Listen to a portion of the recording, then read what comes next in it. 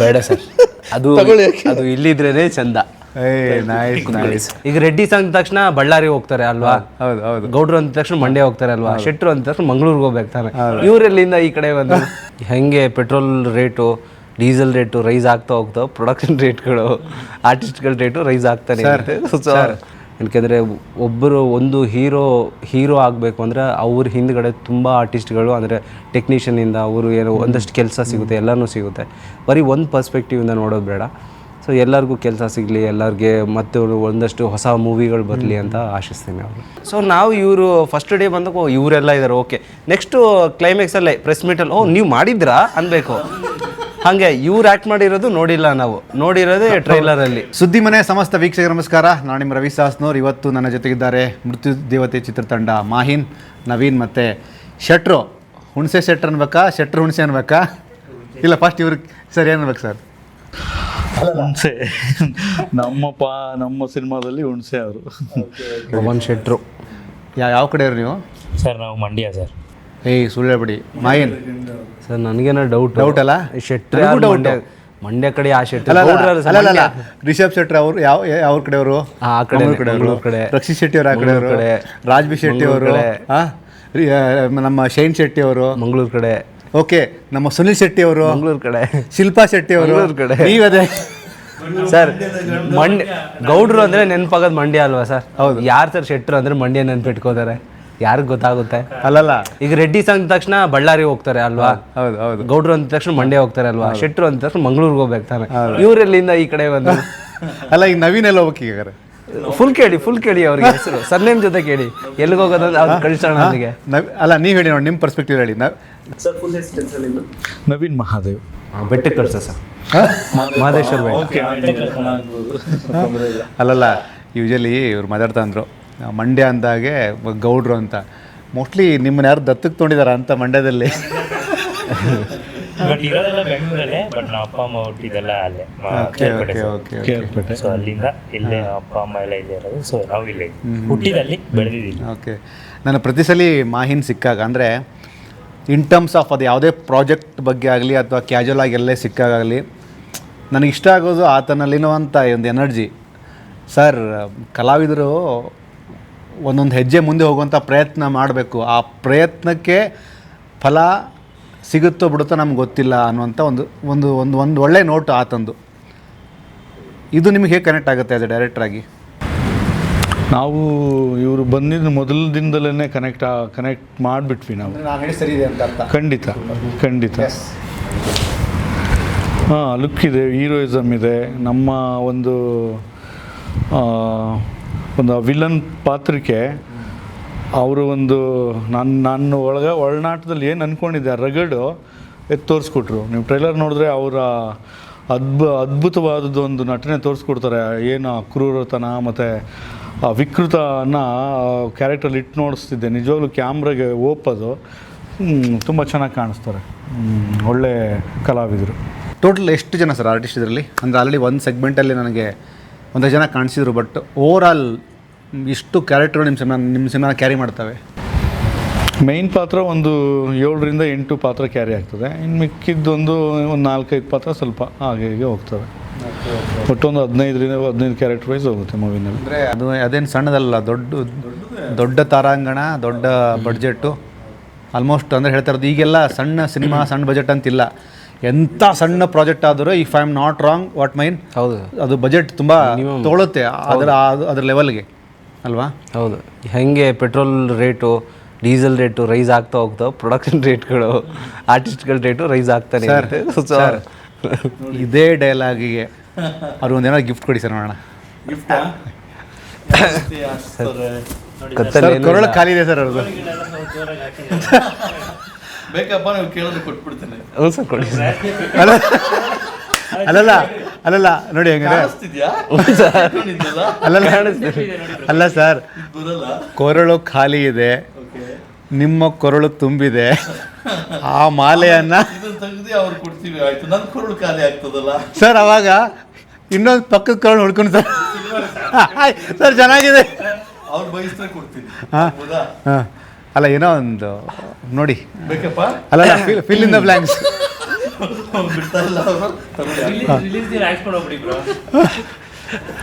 ಬೇಡ ಸರ್, ಅದು ಅದು ಇಲ್ಲಿದ್ರೇನೆ ಚಂದ.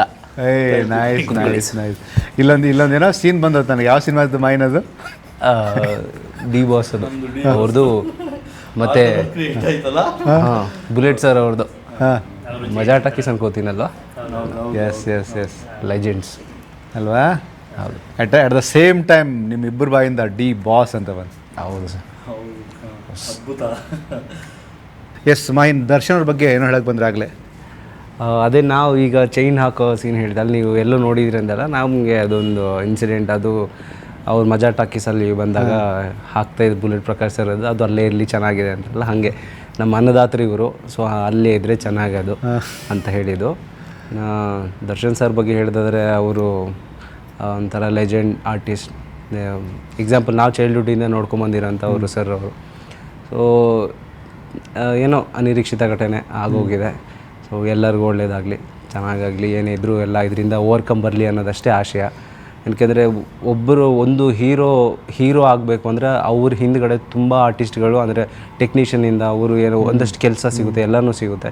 ಬರೀ ಒಂದು ಪರ್ಸ್ಪೆಕ್ಟಿವಿಂದ ನೋಡೋದು ಬೇಡ. ಸೊ ಎಲ್ಲರಿಗೂ ಕೆಲಸ ಸಿಗಲಿ, ಎಲ್ಲರಿಗೆ ಮತ್ತು ಒಂದಷ್ಟು ಹೊಸ ಮೂವಿಗಳು ಬರಲಿ ಅಂತ ಆಶಿಸ್ತೀನಿ ಅವರು ಅಷ್ಟೇ. ಎಷ್ಟು ನಿಮ್ಮ ಹೈಟ್ ಏನದು? ನಂದು ಅವರಷ್ಟೆಲ್ಲ 5.9. 5.9. ಓಕೆ. ಏನಕ್ಕೆ ಅಂದರೆ ಅದು ನವೀನವ್ರಿಗೆ ಕನೆಕ್ಟ್ ಆಗುತ್ತೆ. ಅಂದರೆ ಮುಂಚೆ ಎಲ್ಲ ಹೆಂಗಿತ್ತು ಅಂದರೆ ಒಂದು ರೇಂಜಲ್ಲಿ ಹೈಟ್ ಇದ್ದರೆ ಹೀರೋಗಳಾಗ್ಬಿಡೋರು. ಇತ್ತೀಚೆಗೆ ಒಂದು ಸೀರೀಸ್ ಬಂತು, ಮಿನಿಮಮ್ 6.2 ಅಂದರೆ ಅದು ನಿಮಗೆ ಸ್ಕ್ರೀನ್ ಮೇಲೆ ನೋಡೋದೇ ಸಖತ್ ಫ್ಯಾಕ್ಟರ್ ಅದು ಅಲ್ಲ ಸರ್? ಈ ಹೈಟ್ ಅನ್ನೋದು ಎಷ್ಟು ಇಂಪಾರ್ಟೆಂಟ್ ಆಗುತ್ತೆ ಒಬ್ಬ ಹೀರೋಗೆ ಜನರಲ್ ಆಗಿ? ಬೇಕೇ ಬೇಕು ಅದು ಒಂದು ಹೈಟು. ಈಗ ಒಂದು ಹೀರೋ ಅಂತಂದರೆ ಅವ್ರಿಗೆ ಕೆಲವಾದ ಒಂದು ಪರ್ಟಿಕ್ಯುಲರ್ ಇಷ್ಟು ಬೇಕು ಅನ್ನೋದೊಂದು ಇರ್ತದೆ.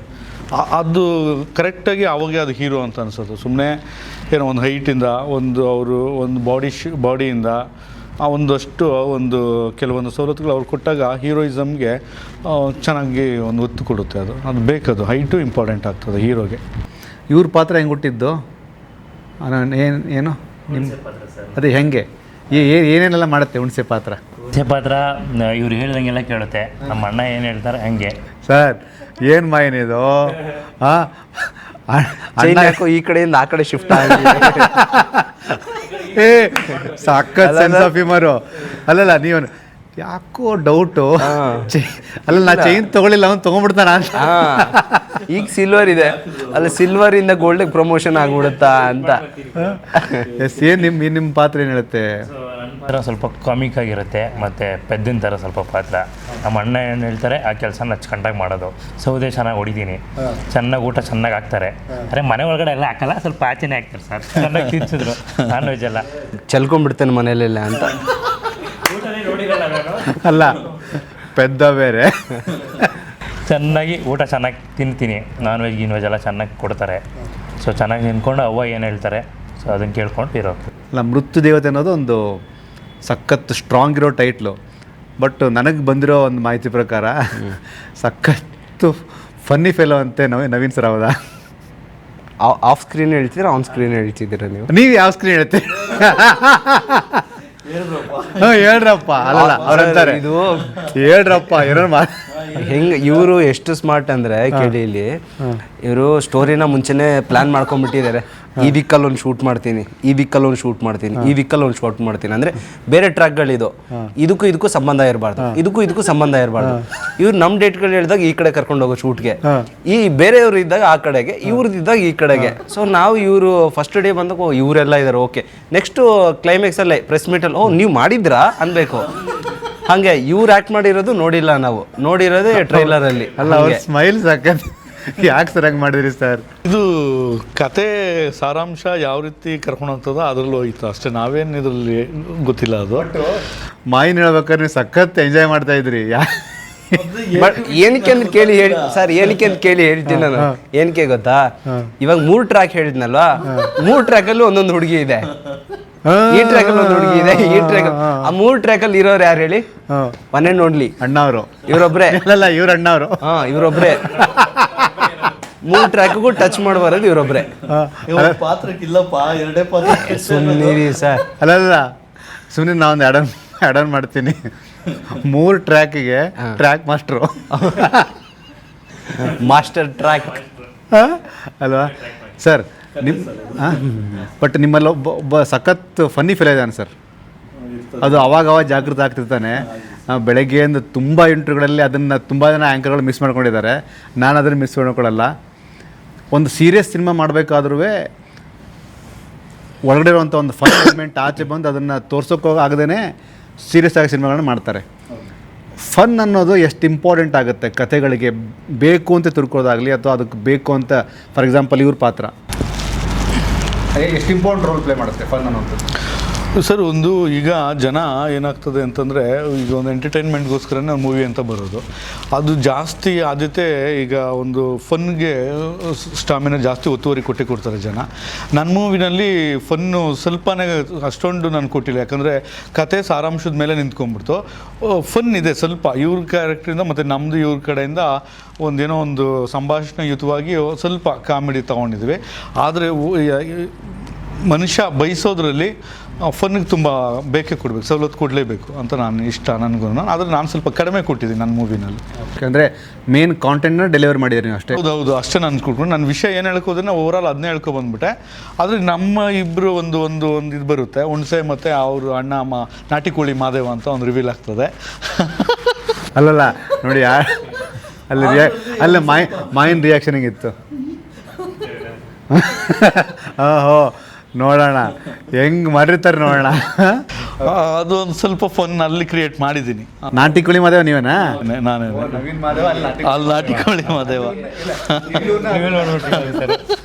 ರಿವೀಲ್ ಮಾಡಿಬಿಟ್ರೆ ಸರ್. ಕತೆ ರಿವೀಲ್ ಇಲ್ಲ, ಪಾತ್ರಕ್ಕೆ ಅಲ್ಲ. ನಾವು ಈಗ ಯಾಕೆ ಅಂತಂದ್ರೆ ಜನಕ್ಕೆ ಏನು ಹೇಳ್ತಿದ್ದೀನಿ ಅಂತಂದರೆ, ಹಾಸ್ಯ ತುಂಬಾ ಗೌರವ, ನಗು ಅನ್ನೋದು ಬೇಕೇ ಬೇಕು ಒಂದು ಮನುಷ್ಯನಿಗೆ. ನನ್ನಲ್ಲಿ ಇಲ್ಲ, ನನ್ನ ಚಿತ್ರದಲ್ಲಿ ಇಲ್ಲ ಅಂತಂದಾಗ ನನಗೂ ಒಂದು ಇದಾಗ್ತದೆ. ನನ್ನಲ್ಲಿ ಅದು ಸ್ವಲ್ಪ ಮಟ್ಟಿಗೆ ಕೊಟ್ಟಿದ್ದೀವಿ. ಪ್ರತಿಯೊಂದು ಮೂವಿನಲ್ಲಿ ಹಾಸ್ಯ ಸ್ವಾದಿಷ್ಟತೆ ಕೊಟ್ಟಷ್ಟು ಜನಕ್ಕೆ ಇಷ್ಟಪಡ್ತಾರೆ.